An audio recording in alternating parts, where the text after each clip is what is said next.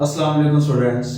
आज हम chapter number 4 का टॉपिक पढ़ेंगे एनर्जी और उसकी काइंड्स। देखिएगा ज़रा, एनर्जी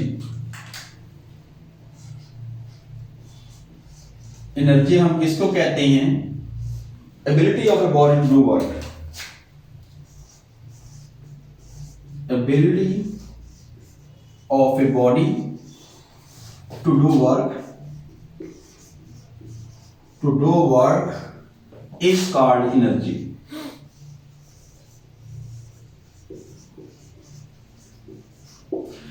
एनर्जी किसी बॉडी के काम करने की सलाहियत को हम कहते हैं कि जिस बॉडी की एनर्जी ज्यादा होती है, इट मीन वो ज्यादा काम करने की एबिलिटी रखता है। एनर्जी की अगर टाइप्स की बात की जाए उससे पहले हम देखेंगे कि एनर्जी कौन सी नेचर है। Energy is a scalar quantity. Energy is a scalar quantity is a scalar quantity.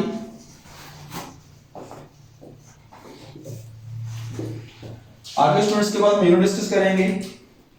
Units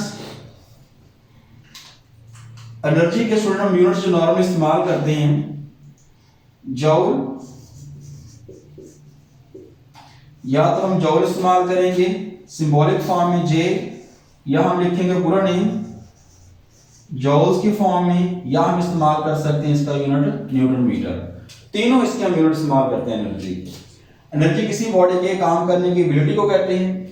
energy एक स्केलर क्वांटिटी होती है और एनर्जी के जो यूनिट्स होते हैं हमारे पास, वो क्या हो गया आपके पास, जॉल होगा, न्यूटन मीटर होगा, या इसको आप अर्ज में मेजर कर सकते हैं। ERG, अर्ज भी एनर्जी का यूनिट होता है। स्टूडेंट इसकी आप डायमेंशन निकालेंगे। अगर आपने इसकी डायमेंशन फाइंड करनी है तो डायमेंशन फाइंड करने के लिए हम फार्मूला इस्तेमाल करेंगे कि एनर्जी का यूनिट किसकी को लाया था स्टूडेंट, न्यूटन इनटू क्या होगा, metre. As you know that कि न्यूटन की वैल्यू क्या होती है, यहां से निकाल लें, F किसकी इक्वल होगा, ma के। फोर्स का यूनिट न्यूटन हो गया, मास का किलोग्राम आ जाएगा, एक्सेलरेशन क्या होगा, मीटर पर सेकंड स्क्वायर। तो यूनिट कन्वर्ट कर दें यहां से।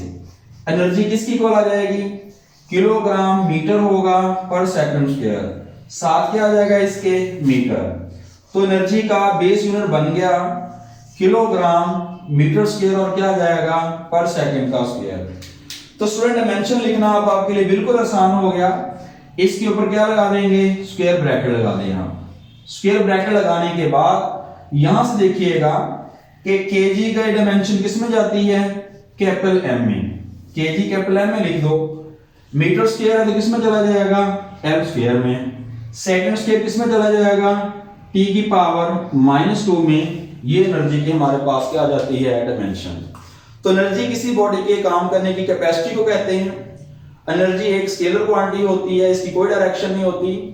और एनर्जी के हम नॉर्मल यूनिट इस्तेमाल करते हैं, जूल करते हैं, न्यूटन मीटर इस्तेमाल कर सकते हैं, या अर्ज इस्तेमाल करते हैं।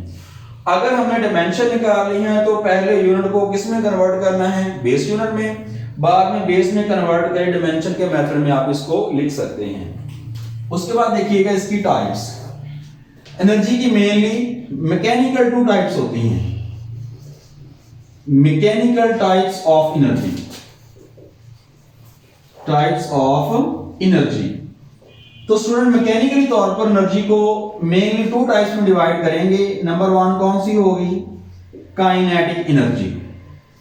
पहला पॉइंट कौन सा होगा हमारा, काइनेटिक एनर्जी होगा। The energy possessed bye a body, the energy possessed bye a body, possessed bye a body due to its motion is called kinetic energy, is called kinetic energy, is known as kinetic energy। Students का formula भी याद रखिएगा। तो kinetic energy का formula क्या होगा आपके पास, 1/2 mv का क्या होगा, स्क्वायर। ये काइनेटिक एनर्जी का फार्मूला होता है। तो पहली टाइप हमारे पास मैकेनिकल टाइप्स एनर्जी की 2 होती हैं। एक काइनेटिक होगी, दूसरी कौन सी होगी स्टूडेंट, पोटेंशियल एनर्जी। वो भी देख लें यहां से आप। पोटेंशियल एनर्जी कैसे डिफाइन करोगे, the energy possessed bye a body, the energy possessed by a body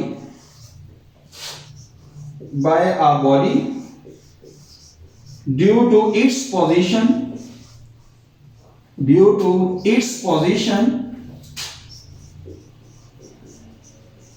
in force field, i.e. gravitational field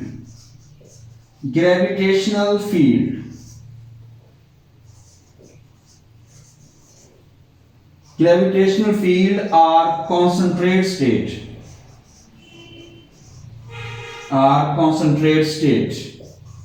तो स्टूडेंट ये हमारे पास हो गई पोटेंशियल एनर्जी। तो पोटेंशियल एनर्जी के अंदर और काइनेटिक एनर्जी के अंदर मेनली डिफरेंस क्या होगा? It is due to motion of the body. For example, अगर इसकी एग्जांपल स्टूडेंट देना चाहते हैं, देख सकते हैं फ्लाइंग बर्ड्स। तो ये एग्जांपल है इनकी, फ्लाइंग बर्ड्स, उड़ते हुए परिंदों की एनर्जी कौन सी होगी? काइनेटिक एनर्जी होती है। उसके बाद मूविंग कार,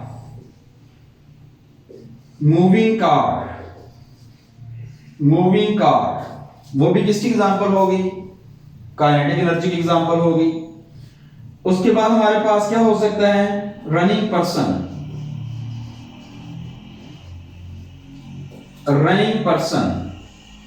कोई भी चीज स्टूडेंट हरकत में हो तो उसकी एनर्जी को हम क्या कहते हैं? काइनेटिक एनर्जी बोलते हैं। अगर स्टूडेंट बात की जाए पोटेंशियल एनर्जी की, पोटेंशियल एनर्जी खास पोजीशन की वजह से होती है। वो पोजीशन कहां पे हो सकती है? या तो पोजीशन ग्रेविटेशनल फील्ड के अंदर होगी, जमीन से कितनी हाइट पर है वो उसकी पोजीशन है, या उसकी कंसंट्रेट स्टेट के अंदर होती है। What do you mean by concentrate state? क्या आप स्प्रिंग को स्ट्रेच कर लेते हैं या स्प्रिंग को कंप्रेस कर देते हैं, तो ये स्टेट कौन सी होती है? इसकी कंसंट्रेट स्टेट होती है, या अंडर डिफॉर्मेशन स्टेट भी आप इसको कह सकते हैं। तो स्टूडेंट ये मेनली इसकी क्या होंगी? दो काइंड्स होती हैं।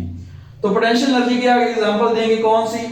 कि हमारे फोर्स फील्ड में कोई भी एनर्जी होगी, stone lying on the roof, example दे सकते हैं इसकी भी आप पोटेंशियल एनर्जी की, कि स्टोन हमारा क्या होगा? Laying on the roof. Example given potential energy की, स्टोन लाइज ऑन रूफ, छत पर पड़ा हुआ हमारे पास स्टोन जो होगा उसके पास एनर्जी कौन सी होगी? पोटेंशियल।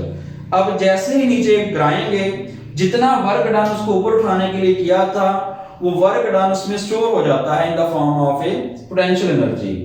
तो वो हमारे पास, अगर हमारे पास फैन लगा हुआ है छत पर, अगर वो वर्किंग कंडीशन में नहीं है, वो स्टिल साइकिल है, अगर वहां से किसी तरीके से वो ब्रेक डाउन हो जाए उसके ऊपर वाला रॉड, तो किधर आएगा? फौरी नीचे की तरफ। इट मीन उसमें भी वर्क करने की एबिलिटी होती है, तो वो भी कौन सी होती है? उसकी पोटेंशियल एनर्जी होती है।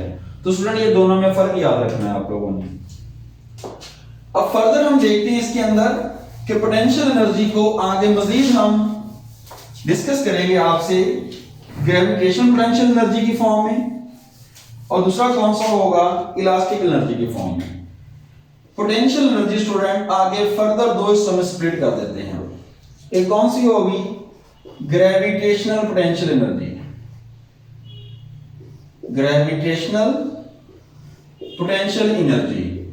दूसरी स्टूडेंट कौन सी होती है? Elastic potential energy. तो स्टूडेंट दोनों के बारे में हम देखेंगे अब यहां से किस तरह की कौन सी एनर्जी क्रिएट होती है। The gravitational potential energy is near the surface of earth. The potential energy persists due to Earth's gravity, due to gravitational field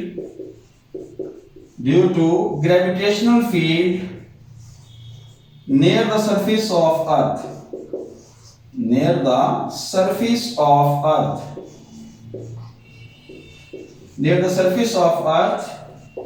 is called potential energy। ठीक है जी, कि ऐसी एनर्जी जो पोसिस्ट हो जाती है, किस वजह से पोसिस्ट होती है? ग्रेविटेशनल फील्ड के अंदर। कहां पे होती है? Near the surface of earth. Suppose करें स्टूडेंट, ये हमारे पास अर्थ है फॉर एग्जांपल, यहां पे क्या पड़ा हुआ है? एक स्टोन है, इस स्टोन की हाइट अर्थ से कितनी है h, इस पर ग्रेविटी की वैल्यू कितनी लग रही है g एक्सर्ट हो रही होगी, तो पोटेंशियल एनर्जी क्या होगी अर्थ के लिहाज से P dot E is equal to क्या होगा mgh होगा फॉर्मूला पोटेंशियल एनर्जी का। इसके अंदर स्टूडेंट m क्या होगा मास ऑफ बॉडी, h क्या होगा height from the earth surface, ये नीचे बेटे मैंने अर्थ को रिप्रेजेंट किया हुआ ये वाली, और ये लगने वाली क्या होगी उस पर ग्रेविटी की वैल्यू 9.8 मीटर पर सेकंड स्केल की फॉर्म में। तो इस तरह से जो पोसिस्ट होती है ग्रेविटेशनल फील्ड की वजह से लेकिन अर्थ की सरफेस के करीब तरीन, उसको हम क्या कहते हैं ग्रेविटेशनल पोटेंशियल एनर्जी कहते हैं। अगर बात की जाए इलास्टिक पोटेंशियल एनर्जी की, इसको भी लिखें the energy possessed by the body, the energy possessed by the body possessed in spring due to its compressed or क्या होगा स्ट्रेच्ड पोजीशन, आर क्या होगा स्ट्रेच्ड पोजीशन।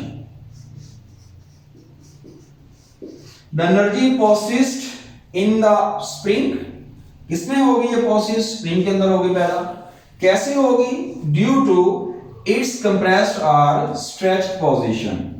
इसका फॉर्मूला थोड़ा सा डिफरेंस होगा इससे, इसके फॉर्मूले के लिए कंप्रेस स्प्रिंग के लिए पोटेंशियल एनर्जी का फॉर्मूला यूज करोगे 1/2 kx का क्या आ जाएगा स्क्वायर।